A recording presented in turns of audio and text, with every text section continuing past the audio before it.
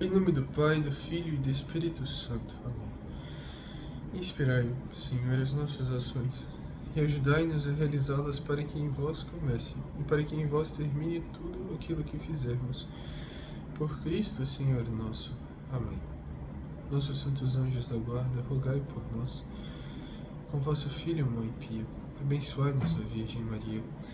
Em nome do Pai, do Filho e do Espírito Santo. Amém. Pois bem, vocês já entenderam o que é a remissão dos pecados. Mas do mesmo jeito que eu havia contado para vocês, nosso Senhor morreu na cruz. Ele cedeu seus braços ali e o seu sangue derramado foi suficiente para redimir e salvar toda a humanidade e dar a possibilidade de que todos os seres humanos que vieram antes dele, que estavam lá, existindo com ele, e aqueles que vieram depois, nós, pudéssemos alcançar a nossa salvação. Pois bem, mas que seria necessário nós tocarmos, essa salvação tocar em nós, chegar em nós, através do sacramento do batismo. E nesse sacramento do batismo, como eu havia dito para vocês, então nós fomos redimidos de todos os nossos pecados. Mas vocês sabem, nós todos acabamos por cometer algum pecado, pessoal. Poucos foram, inclusive, santos na história da igreja que não tiveram pecados. Muitos tiveram uma vida pregressa até muito ruim, como Santo Agostinho, São Francisco de Assis, acho que também, Santo Inácio de Loyola, grandíssimos santos, que precisaram depois, não só do batismo, mas do sacramento da confissão, porque cometeram pecados mortais, ou pecados veniais, enfim, mas cometeram pecados.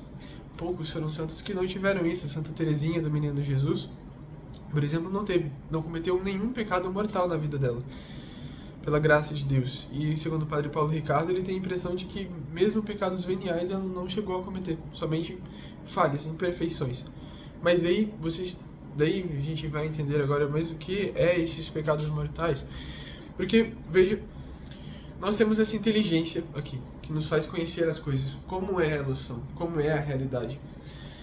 E a partir do momento que você conhece as coisas, você é capaz de tomar uma decisão mais consciente sobre o que você quer para você. Você conhece algo e você fala, eu quero, ou você simplesmente fala, não quero. Ou seja, na medida que você conhece alguma coisa, você entende como que você quer ou não quer se relacionar com aquilo. Pois bem, essa inteligência, essa vontade livre nos foi dada para justamente conhecer a Deus e nos decidir por amá-lo. Porque essa é a nossa finalidade de ser. Então Deus, quando nos criou para sermos felizes assim, colocando em nós todos os atributos, as características que nos realizariam quando nós fizéssemos essas coisas, ou seja, a santidade. Mas também porque nós temos uma inteligência livre, ou quer dizer, uma inteligência e uma vontade livre, então nós somos capazes também de olhar para coisas que são contrárias a Deus. Contrárias não no sentido arbitrário, Deus falando eu não quero isso, não. Contrárias no ser. Deus, no ser dele, ele é bom. Se você fala que uma pessoa é boa, você está colocando uma característica. Ele é bom, mas ele tem outras coisas. Ele é um ser humano. É diferente de eu falar, você é um ser humano e falar, você é bom. O ser humano é o que te constitui como um ser. Eu sou isso. Você ser bom é uma característica que vem depois de você ser humano. Em Deus não, é como se a bondade, aquilo que é o bem, a bondade, é constitutivo do ser dele, faz parte do que ele é. Ser bom não é só uma característica que vem depois dele existir, não. Ser bom faz constituição, ou seja, faz parte do que ele é, enquanto natureza, não enquanto característica, enfim, deu para entender, provavelmente. Então, o que isso significa? Que tudo aquilo que existe, sendo bom, sendo agradável a Deus, ressoa da bondade dele, ressoa do ser dele. E essas coisas, como são compatíveis, nos unem a Deus. Agora, quando você faz algo que é contrário ao bem, contrário à bondade, essa coisa, então, ela é oposta a Deus, porque se ela é contrária à bondade, e Deus é bom, não como característica, mas no próprio ser dele, naquilo que ele é, então, essa coisa, que é o pecado, e Deus são inconciliáveis, não tem como, porque o existir de Deus repele isso, e o existir da coisa repele a Deus. É como você colocar aqueles ímãs que não ficam sempre Entende? É impossível. Mas então, mas na prática, o que isso dá? Significa que quando você olha para essas coisas que são contrárias a Deus, você compreende o que aquilo é. Você entende que aquilo é pecado. E você, ainda assim, você quer fazer aquilo, mesmo sabendo disso. A sua vontade está abraçando isso. E aquela coisa que antes só existia fora de você, agora existe dentro de você. Porque a tua vontade ama aquilo. A tua vontade, você quis aquilo. Então aquilo faz parte de você agora. Mas se aquilo faz parte de você agora, a sua inteligência, a sua vontade, se inclinou para algo contrário a Deus. De modo que agora você também está inclinado para longe de Deus. E você e o pecado se tornam por assim dizer. Então, da mesma forma que o pecado é inconciliável com Deus, você também fica inconciliável com Deus. Isso é o pecado. Existem os pecados que fazem isso, de fato, conosco. Então, portanto, se nós morrermos, nós vamos para o inferno, se nós estivermos nesses pecados, sem nos arrepender. E existem aqueles pecados que, embora eles não levam essa decisão da alma a algo contrário a Deus, ou seja, e que não vai levar nós para o inferno, ainda assim, fere a Deus. Porque todo pecado é uma renúncia de Deus. Todo pecado é uma renúncia contra Deus e também o fere. Então, todo pecado é ofensivo. Então, você não vai escolher dar um tapa de leve na sua mãe ou você dar um soco nela. Você não vai escolher entre dar um tapa leve e dar uma facada na sua mãe. Você simplesmente não vai nem bater nela, nem esfaqueá-la. Você a ama. Então, com Deus é a mesma coisa. Você não vai escolher ter um pecado leve ou ter um pecado grave. Certo? Não tem isso. Nós temos que renunciar a tudo, porque nós somos feitos para santidade, não para mediocridade. Não para, só vou fazer isso porque eu sou obrigado a fazer. Não, nós não fomos feitos para isso. Na nossa natureza, nós precisamos dar tudo, porque amar é dar tudo. Todos nós temos necessidade de não só sentir amado, mas de amar. Então, que fique claro, né?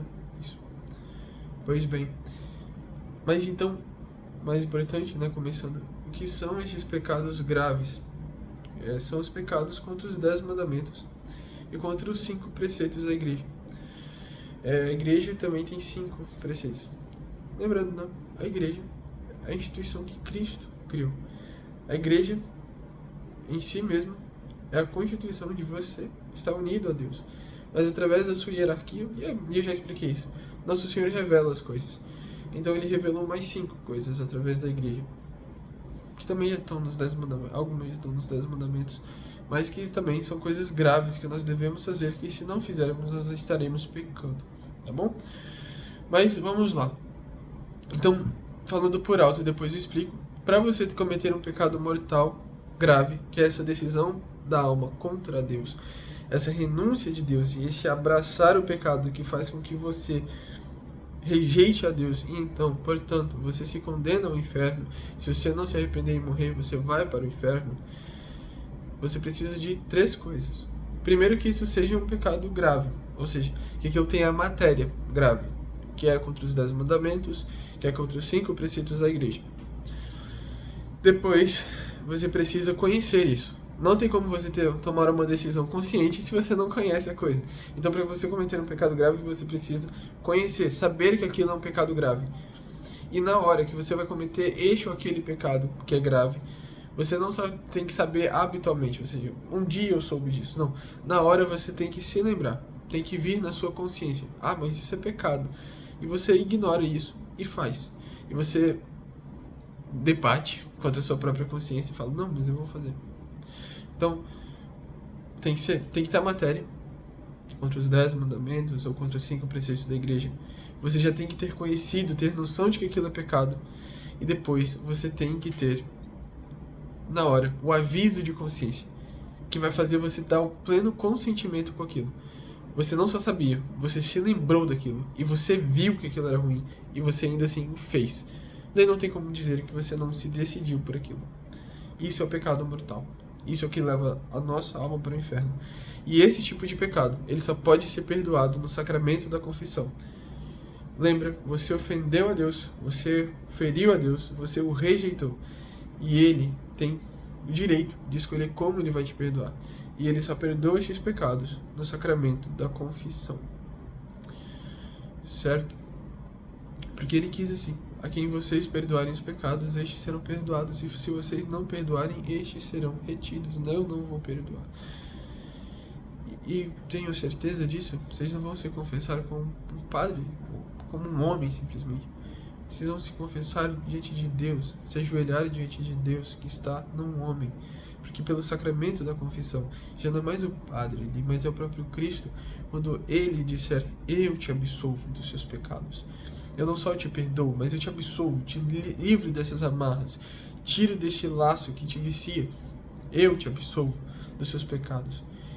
Que o Espírito Santo, Deus Pai de misericórdia, que pela morte e ressurreição do seu Filho nos enviou o Espírito Santo para a remissão dos pecados, te conceda pelo ministério da Igreja o perdão e a paz.